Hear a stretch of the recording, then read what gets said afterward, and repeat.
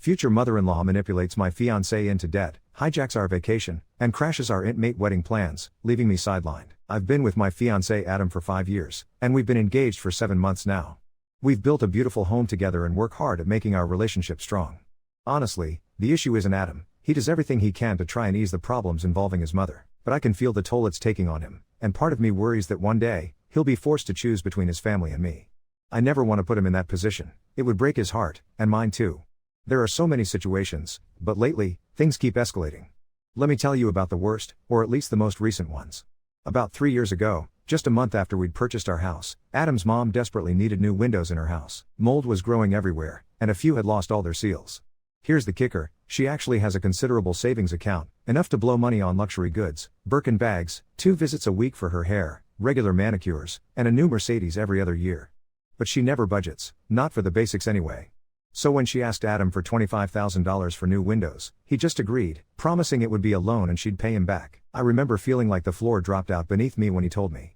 My own law school debt still hangs over our heads, our mortgage is larger than it should be, and there he was, agreeing to another name on a debt.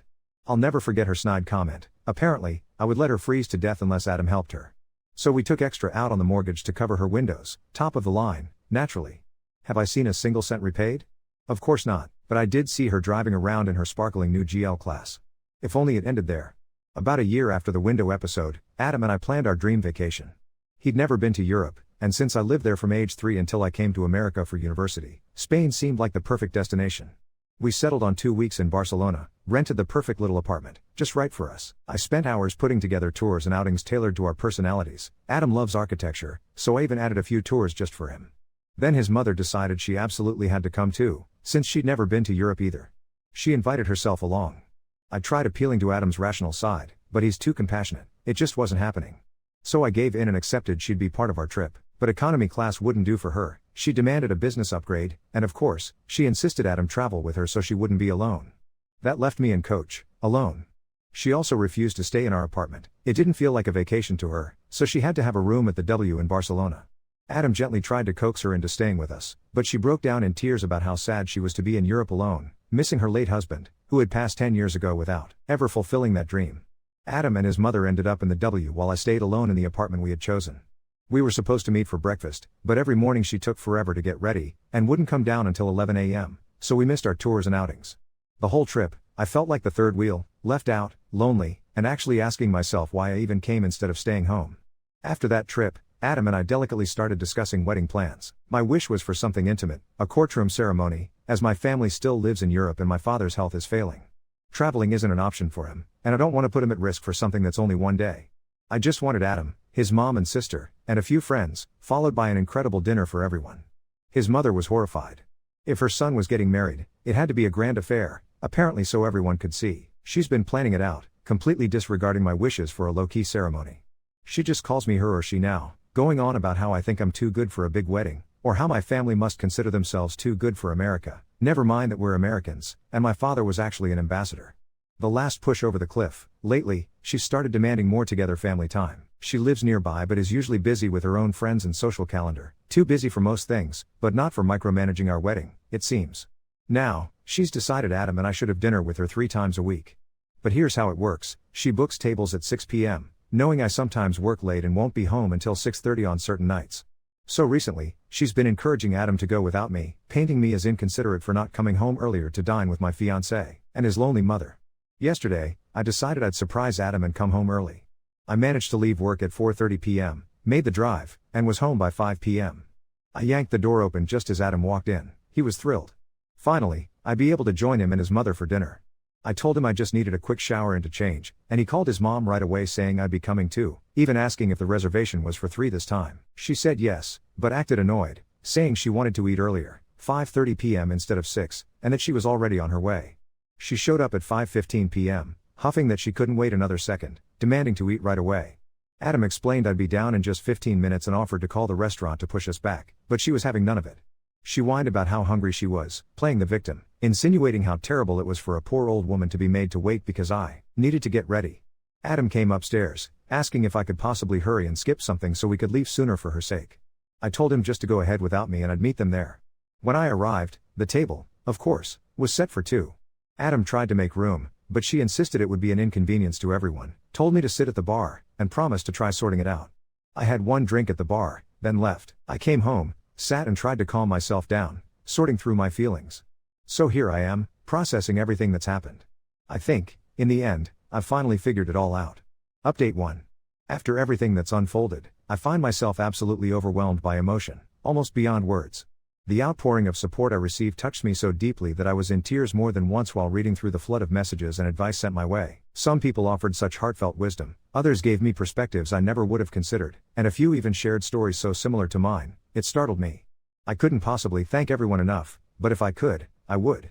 That night, after sharing some thoughts in a moment of vulnerability and working my way through a couple of glasses of wine, Adam finally came home. It was late, so late, in fact, that when he stepped through the door and slumped down beside me, he looked utterly drained. Hopeless, almost. There was this heavy silence, filled with things neither of us really wanted to say but couldn't avoid any longer. I broke the stillness and quietly asked if he wanted to talk about what happened. Adam shook his head, saying he needed some time to process everything, and to be honest, I told him I needed time too. That's when he looked right at me and said he would accept whatever I decided to do next. So, I called my maid of honor, Colleen, and asked her to come get me. I needed space. Adam and I exchanged a soft, sad kiss. He told me he loved me, and I left. I haven't been back home since. From Colleen's place, I phoned my office the next morning to request a little more time off, explaining that I needed to visit my family.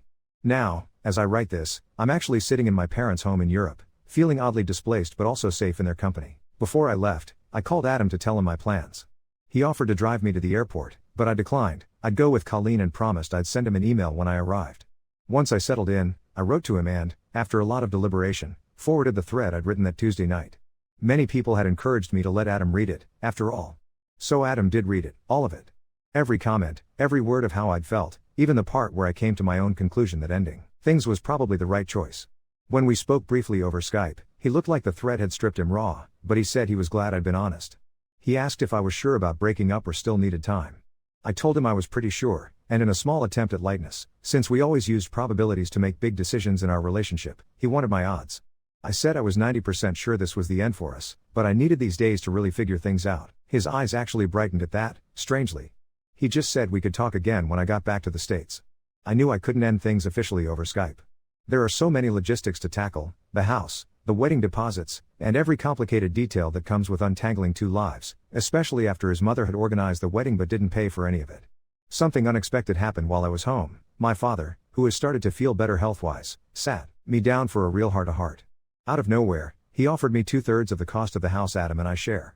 He told me this was to give me options, to either buy out Adam and pay off most of the mortgage or walk away and start over somewhere new. His words meant so much. He said all he wanted was for me to have freedom, that he didn't want to see my heart and my bank account broken at the same time. So that's where things stand. Adam and I haven't had a defining confrontation, not yet anyway, but for the first time I feel some power and space to decide what's best for me.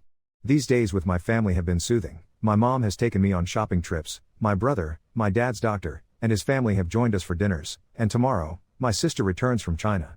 I am so eager to see her again.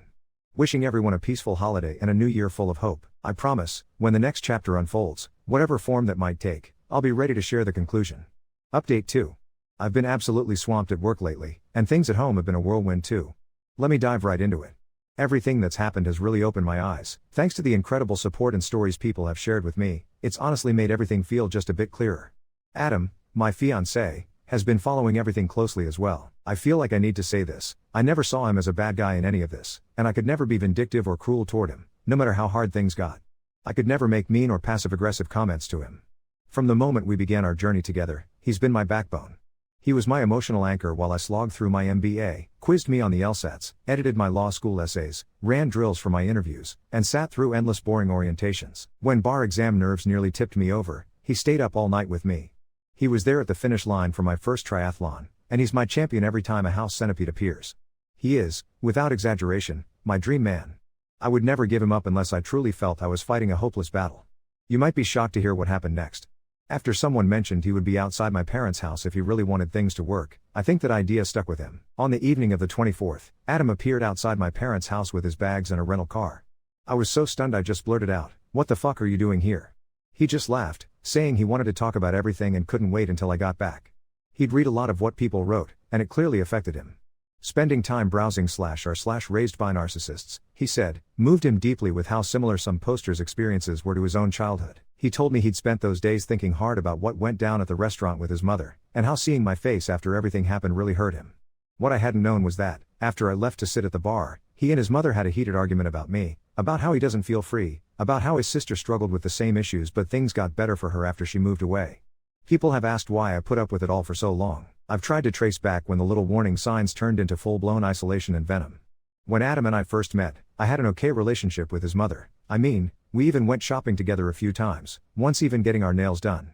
But when Adam and I bought our house together, things changed. The Windows incident was the first real red flag and marked the beginning of her seeing me as a threat, realizing Adam and I were serious. So, at my parents' house, we really laid everything bare. It wasn't some dramatic confession of abuse or incest, just a heartbreaking admission. Adam realized he was raised by a narcissist, a mother desperate to keep her pride and joy under lock and key. We talked for hours, uncovering every layer we could.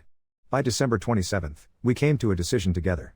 Adam returned to the US after New Year's Day, a few days before me. He moved all his things out of our place and into a friend's house. He didn't want to disrupt my life because of the changes he needed to make for himself. We decided to put our engagement on hold for now. Every plan his mother had made, he canceled with finality. Since mid-January, he's been seeing a therapist 2 or 3 times a week, determined to create real change. I've joined him for 4 sessions so far. His mother hasn't gone, not once. In many ways, we've started dating each other again, trying to find our footing as partners, not just fiancés. I've also been talking to his sister. The things she went through at the hands of their mother make me realize just how lucky Adam is to be where he is now. As for his mother, Adam's made it clear, he'll give her one last chance to try therapy with him. If she refuses, he's prepared to go no contact. There is a long road ahead of us, but for the first time in a long while, I feel like we can rebuild together. Update 3.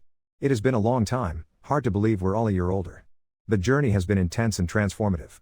This time, Adam and I are telling this story together. And yes, I just spoiled the ending. We're together. In fact, we're married now. It still feels wild to say that, my husband. So much has happened since you last heard from us. Back then, Adam was seeing a therapist, wrestling with the immense pain and tangled past his mother left behind. We were living apart for a while, decompressing and finding ourselves again after so many storms. Adam's mother, in a twisted act, attempted suicide, or rather, she called emergency services before she really could, so in truth she barely managed to take 2 pills. Even so, it terrified us both, to face the reality that such profound trauma lived in Adam's mind when his outward self had always radiated so much cheerfulness. Heartbreaking doesn't even begin to cover it. My husband endured years, decades, of psychological abuse under his mother's roof. His sister suffered even more when they were kids, but after Adam's father died, all of his mother's darkness zeroed in on Adam. His father's passing was a tragedy all its own, kidney failure. Adam, desperate to save him, donated one of his kidneys, but his father's body rejected it. He passed away 11 years ago this April. In the upheaval of that grief, Adam's mother seized her chance. She manipulated him cruelly, insisting he was responsible for his own father's death. She was alone now because of him, she said. If he ever wanted to redeem himself, he had to earn her forgiveness, treat her better. Every attempt Adam made to find freedom or begin his own life, she would drag him back with fresh guilt. I remember the conversation about the old windows in her house. When I first heard her blame me for their disrepair, I dismissed it. But reflecting back, really listening to what Adam said, he told me, as he did so many times, the reason her house was falling apart was because she no longer had a man to look after it. Because he'd killed his father. It was almost 4 years ago, and he was trying to show me, to tell me how entwined with guilt she kept him. I just couldn't understand at the time. That same manipulation played out repeatedly, even during small things, like the vacation to Barcelona. She'd do it right in front of me now. When Adam was younger, her tactics were all about grades and athletic achievements. She didn't care much about his girlfriends back then. Her children were just extensions of herself. The pressure was immense, but the guilt-tripping insanity only escalated as the years went on. Fast forward to the present, Adam's therapist suggested he invite his mother to therapy with him, to lay the groundwork for healing. He never got the chance to ask. Right after her suicide attempt, she took herself off on a cruise, claiming she desperately needed to relax. When he eventually brought up the idea of therapy, she reacted like he'd suggested something evil. Her resistance was total, vicious, and final. And that's where we drew the line. No contact. She's tried to reach out, but Adam rejects every unfamiliar call. We changed all the locks. Even his work is under strict orders not to let her inside. In July, she moved to live near Adam's sister, but his sister, one of the few people I've gotten truly close to, went no contact with her long ago, after finding her own stable path with her husband. We wrote off the $25,000. Whether we see a penny in probate, inheritance, or never again, it's a closed chapter for us now.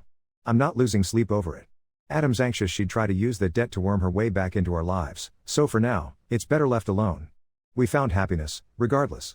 We got married in September, then celebrated by flying out to my parents' house to renew our vows. In January, we're off to Fiji for our honeymoon. Finally, a dream come true. My dad's health is rocky, as always, he swings between better and worse so unpredictably. This time, my brother isn't feeling hopeful.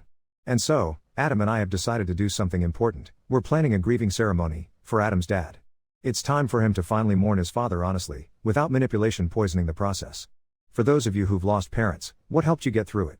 We're searching for those rituals, those comforts, that let you finally lay someone to rest in your heart. Thank you for sharing this journey with us. I wish there was a way to invite you all to our wedding. But that would be a little creepy, wouldn't it? Update 4. I never thought I'd be back here writing another update, but life has a way of throwing curveballs when you least expect them. Adam and I have been married for 8 months now, and for the most part, things have been incredible. The no contact with his mother held strong, our therapy sessions continued to help us both heal, and we were genuinely building the life we'd always dreamed of. Then 3 weeks ago, everything shifted. It started with a phone call to Adam's work. Somehow his mother had gotten through the security we'd put in place.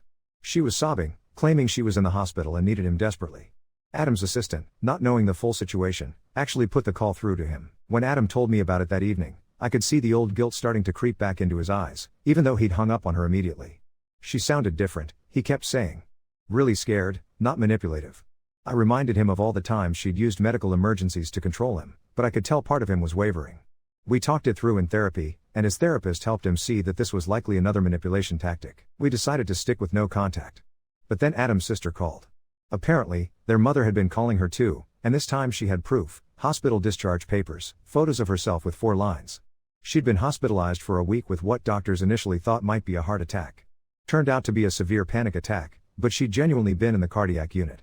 Adam's sister was torn. She'd maintained no contact longer than Adam had, but seeing her mother looking so frail in those photos shook her. She wasn't asking Adam to reconcile, just wondering if we thought she should visit. That's when things got complicated.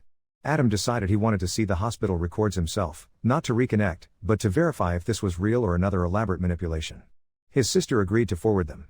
When we saw the medical documents, they looked legitimate. Adam spent hours staring at them, and I watched my husband wrestle with emotions I thought we'd work through. What if she really is sick? He asked me that night. What if she dies and I never gave her a chance to apologize? I understood his struggle, but something felt off to me. The timing was too convenient, right after we'd gotten married, right when we were at our happiest. I suggested we verify the documents independently before making any decisions. That's when we discovered the truth. The hospital records were real, but they were from 2 years ago. His mother had been hospitalized then for the same issue and had kept the paperwork. The photos were old too, which Adam's sister confirmed when she looked more carefully at the metadata. Adam was devastated, not just by the deception, but by how easily he'd almost fallen for it. His mother had somehow orchestrated this entire scheme, even getting his sister partially involved without her realizing it. But here's where it gets worse. While we were dealing with this emotional chaos, I noticed Adam was acting strange in other ways. He was working late more often, taking calls outside, being protective of his phone. At first, I thought it was just stress from the situation with his mother. But then I found something that made my blood run cold. Last Tuesday, I needed to use Adam's laptop because mine was updating. When I opened it, his email was still logged in, and I saw a name I didn't recognize in his recent messages, Sarah Coleman. The preview text said something about looking forward to seeing you again. I know I shouldn't have, but I opened the email thread. Sarah is apparently someone Adam knew in college, his first serious girlfriend, actually. She'd reached out to him on LinkedIn a few months ago, and they'd been exchanging increasingly personal messages. Nothing explicitly inappropriate, but the tone was intimate. Reminiscing about old times, talking about how different their lives might have been, mentioning how she'd always wondered what if. The most recent exchange was about meeting for coffee while her husband was out of town on business. I sat there staring at the screen, feeling like I was going to be sick. After everything we'd been through, after all the work we'd put into our relationship, was Adam really considering reconnecting with an ex? When he came home that night, I confronted him. He didn't deny the emails, but he insisted it was completely innocent. She's just a friend, he said. We're both married. It's nothing. But when I asked why he'd been secretive about it, why he'd never mentioned Sarah's name to me, he couldn't give me a straight answer. I knew you'd overreact, he finally said, which felt like a slap in the face. We had a huge fight, our first real fight since we'd gotten back together. Adam slept in the guest room that night, and the next morning he left for work without saying goodbye. I spent the day replaying everything in my mind. Was I overreacting? Was this innocent reconnection with an old friend, or was my husband having an emotional affair? The timing felt suspect, right when his mother's manipulation attempt had him emotionally vulnerable. That evening, Adam came home with flowers and an apology. He said he'd been stupid, that he'd delete Sarah's contact information and never speak to her again. He admitted that he'd been seeking some kind of validation during this stressful time, and Sarah's attention had felt good in a way that wasn't fair to me or our marriage. I wanted to believe him, but trust, once shaken, doesn't rebuild overnight. 2 days later, I found out he'd lied to me again. His phone buzzed while he was in the shower, and Sarah's name popped up on the screen. The message preview said, "Thank you for yesterday. I needed that more than you know." Yesterday, when Adam had supposedly been working late. I'm writing this from Colleen's house again. I told Adam I needed space to think, and once again, he said he'd accept whatever I decided to do. But this time, his eyes didn't brighten when I said I needed time. This time, he looked defeated. I don't know what yesterday was about. I don't know if Adam met Sarah for coffee like they'd planned, or if something more happened. I don't know if I even want to know. What I do know is that I'm tired of feeling like I'm fighting for my marriage against outside forces. First his mother, now this. I'm tired of wondering if the man I love is strong enough to choose me consistently, or if he'll always be vulnerable to manipulation, guilt, and temptation when things get difficult. My father's health has taken another turn for the worse, and I'm considering flying back to Europe to be with my family while I figure out what to do next. Part of me wonders if Adam and I rushed back into marriage before we'd really dealt with all the damage his mother had done to him, and to us. I thought we'd made it through the worst of it. I thought we were finally safe. Maybe I was wrong. Update 5. I'm back, and honestly, I'm not sure where to even begin. The past 6 weeks have been a complete emotional roller coaster, and I'm still trying to process everything that's happened. Some of you might remember I was staying at Colleen's, trying to figure out what to do about Adam and this Sarah situation. Well, things took several turns I never could have predicted. First, about my father, his condition deteriorated rapidly while I was dealing with my marriage crisis. My brother called me at Colleen's at 2 a.m., saying I needed to come home immediately if I wanted to say goodbye. I was on a plane to Europe within 12 hours, and Adam didn't even know I was leaving the country until I texted him from the airport. Dad passed away 3 days after I arrived. It was peaceful, surrounded by family, but the grief hit me like a freight train. All the stress from my marriage, combined with losing the man who'd been my anchor through everything, left me completely shattered. My mom, bless her, just held me while I sobbed for hours. During the funeral arrangements, something unexpected happened. Adam showed up. Again. No warning, no phone call, just appeared at my parents' door with red eyes and flowers for my mother. He'd flown overnight when he got my text about Dad's passing. "I know I fucked up," he said quietly when we were alone. "But I couldn't let you go through this without me. Not after everything your father did for us." I was too emotionally drained to fight him, so I let him stay for the funeral. He was incredible, helping with arrangements, supporting my mother, being the partner I'd fallen in love with. For those few days, it felt like we were a team again. But here's where it gets complicated. The night after the funeral, Adam finally told me the truth about Sarah. They had met for coffee that day, but it wasn't what I'd feared. Sarah had contacted him because she was going through her own marital crisis and remembered him as someone who'd listened to her in college. She'd been having an affair herself and was racked with guilt, needing someone to talk to who knew her before her marriage. Adam said listening to her describe the damage her affair was causing made him realize how close he'd come to destroying our marriage. The text I'd seen, "I needed that more than you know," was her thanking him for convincing her to confess to her husband and try to save her marriage. I was emotionally cheating, Adam admitted. Maybe not physically, but I was seeking something outside our marriage when I should have been talking to you. I was feeling overwhelmed by Mom's manipulation attempt, and instead of leaning on you, I turned to someone else. That's not the husband I want to be. I wanted to believe him, and part of me did. But trust is fragile, and mine had already been cracked. We flew back to the States together, but I still wasn't ready to come home. I stayed with Colleen for another week while Adam gave me space. That's when the next bombshell dropped. Adam's mother showed up at our house. Somehow, she'd found out about my father's death, probably through social media or mutual acquaintances, and decided this was her opportunity to be there for Adam in his time of need. She'd driven 8 hours from where she was living near Adam's sister. Adam called me immediately. She's on the front porch with suitcases, crying about wanting to help during this difficult time. She keeps saying she knows you must hate her, but family should be together when someone dies. I could hear the old guilt creeping into his voice, and I knew this was a crucial test. "What do you want to do?" I asked. "I want to call the police and have her removed for trespassing," he said without hesitation. "But I'm scared that makes me a horrible son." "It makes you a man protecting his marriage," I told him. "Your choice, Adam. But if you let her in that house, I won't be coming home." He chose me. He called the police, and they escorted her off the property. She screamed at him from the patrol car about being an ungrateful son, how she'd lost her husband and now her son too, how I'd turned him against his own mother. Adam just stood there and watched her leave. That night, he called his sister to let her know what had happened. That's when we learned something that changed everything. Adam's mother hadn't been staying with his sister at all. She'd been living in a hotel near their house for months, driving by their home daily, trying to find ways to insert herself back into their lives. His sister had been dealing with her own harassment and had finally filed for a restraining order. Just 2 weeks earlier. She's escalating, his sister warned us. The restraining order seemed to make her more desperate, not less. You two need to be careful. We were right to be concerned. Over the next week, Adam's mother tried everything. Showing up at his work, security removed her, sending flowers to our house with notes about forgiveness, even contacting some of our wedding guests to tell them our marriage was in trouble and I was keeping Adam from his family. The final straw came when she somehow got Colleen's address and showed up there, demanding to know where I was and insisting she just wanted to apologize for everything. Colleen, bless her, told her I wasn't there and threatened to call the police if she didn't leave immediately. That's when Adam and I realized we needed to take legal action. We filed for our own restraining order, and Adam's sister provided testimony about her behavior patterns. The judge granted a temporary order, and we're waiting for the full hearing next month. But here's the thing, going through this crisis together, supporting each other against his mother's escalating behavior, has actually brought Adam and me closer than we've been in months. Watching him choose me consistently, seeing him stand up to her manipulation without wavering, has started to rebuild my trust. We're back home together now, but we're taking things slowly. We're in couples therapy twice a week, and Adam is continuing his individual sessions. We've also made some practical changes, new security system, cameras, different locks, and we're considering moving to a new house entirely. Last night, Adam asked me if I thought we were going to make it. For the first time in weeks, I could honestly say yes. We've been through hell, his mother's manipulation, my father's death, the Sarah situation, and now this harassment campaign, but we're still here, still fighting for each other. I know I broke your trust, he said. And I know it's going to take time to rebuild it completely. But I want you to know that losing you would be the biggest regret of my life. Bigger than anything with my mother, bigger than any mistake I've made. You're my person. We're not perfect, and we're definitely not out of the woods yet. But for the first time in months, I feel like we're on the same team again. And maybe that's enough to build on.